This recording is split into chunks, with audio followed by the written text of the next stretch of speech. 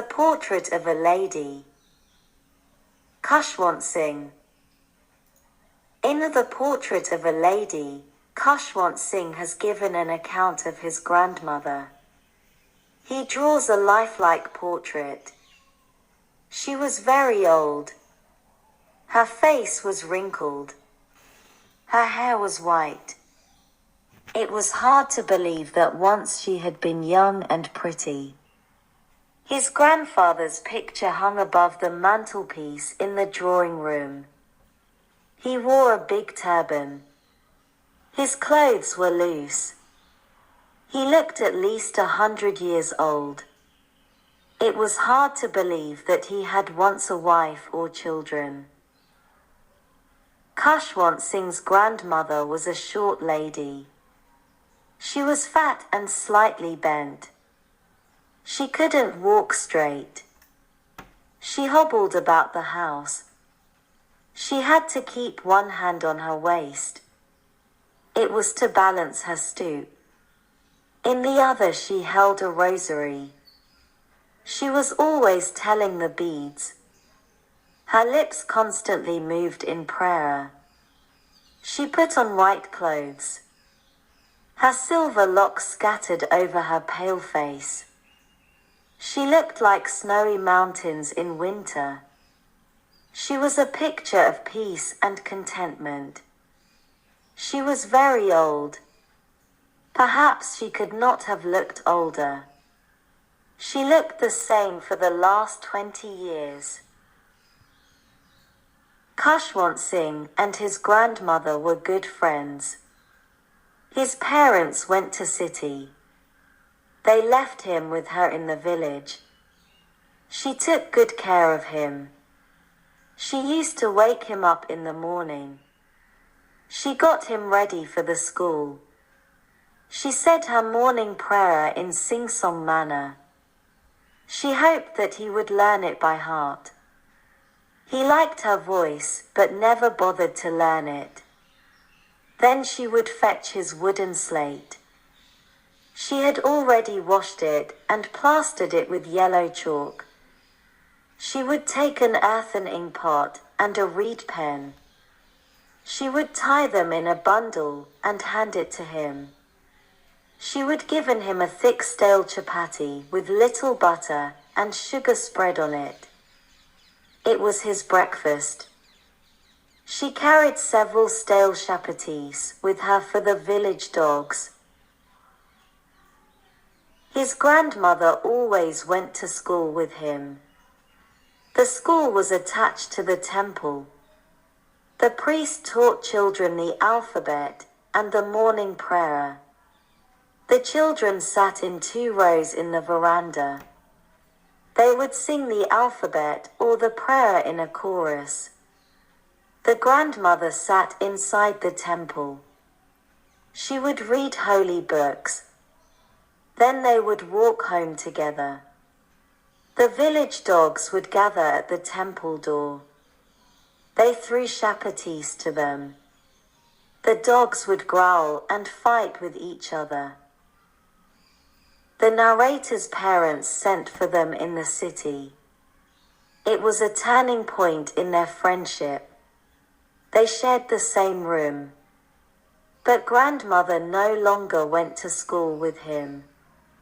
The narrator used to go to an English school in a motor bus. There were no dogs in the streets. So grandmother took to feeding the sparrows. Years rolled by. They saw less of each other.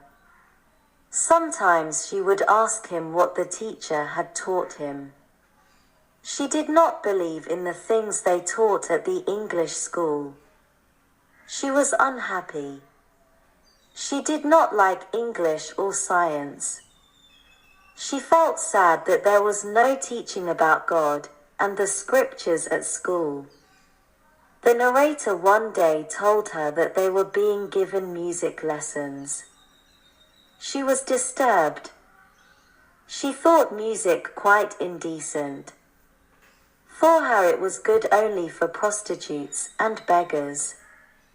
It was not meant for gentlefolk. The narrator went to university. He was given a room of his own. The common link of friendship was broken. The grandmother accepted her loneliness quietly. She was always busy with her spinning wheel and reciting prayers. She rarely talked to anyone.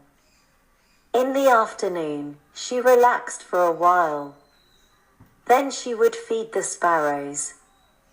She sat in the veranda. She broke the bread into little bits. Then she would throw them to sparrows. Hundreds of sparrows came there. They created a hell of noise. Some came and sat on her legs. Others would sit on her shoulders. Some would sit even on her head. She smiled but never frightened them away. Feeding the sparrows was the happiest half hour of the day for her. The narrator decided to go abroad for higher studies. He was to remain away for 5 years. The grandmother was very old. She could die any moment. The narrator was worried. But the grandmother was not upset. She showed no emotion. She came to the railway station to see him off. Her lips moved in prayer. Her mind was lost in prayer. Her fingers were busy telling the beads of her rosary. She kissed his forehead silently. The narrator thought that it was the last sign of physical contact between them. The narrator returned home after 5 years. His grandmother met him at the station. She did not look a day older. She did not speak anything. She held him in her arms. She went on reciting her prayers. In the afternoon she fed the sparrows as usual. In the evening a change came over her. She didn't pray. She collected the women of the neighborhood. She got an old drum. She continued thumping the old drum for several hours. She started singing. She sang of the homecoming of warriors. They had to persuade her to stop. She might overdrain herself. It was for the first time that she had forgotten to pray. The next morning she fell ill. She had a mild fever. She told them that her end was near. She realized that she had forgotten to pray. She didn't want to talk. It would be waste of time. She ignored their requests. She lay peacefully in bed. She was praying and telling beads. Then her lips stopped moving. The rosary fell down from her lifeless fingers. Her face looked pale but peaceful. She was dead. She was laid on the ground. She was covered with a red shawl. Arrangements for her funeral were being made. It was evening. The sun was setting. They brought a wooden stretcher. They stopped halfway in the courtyard. Thousands of sparrows sat near her dead body. They did not chirrup.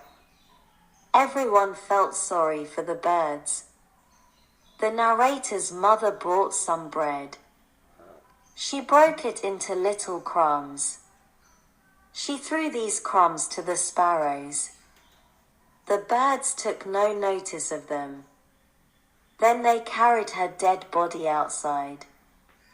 The sparrows flew away quietly. The crumbs of bread still remained lying there in the courtyard. Evidently, the sparrows had come to mourn the death of the grandmother.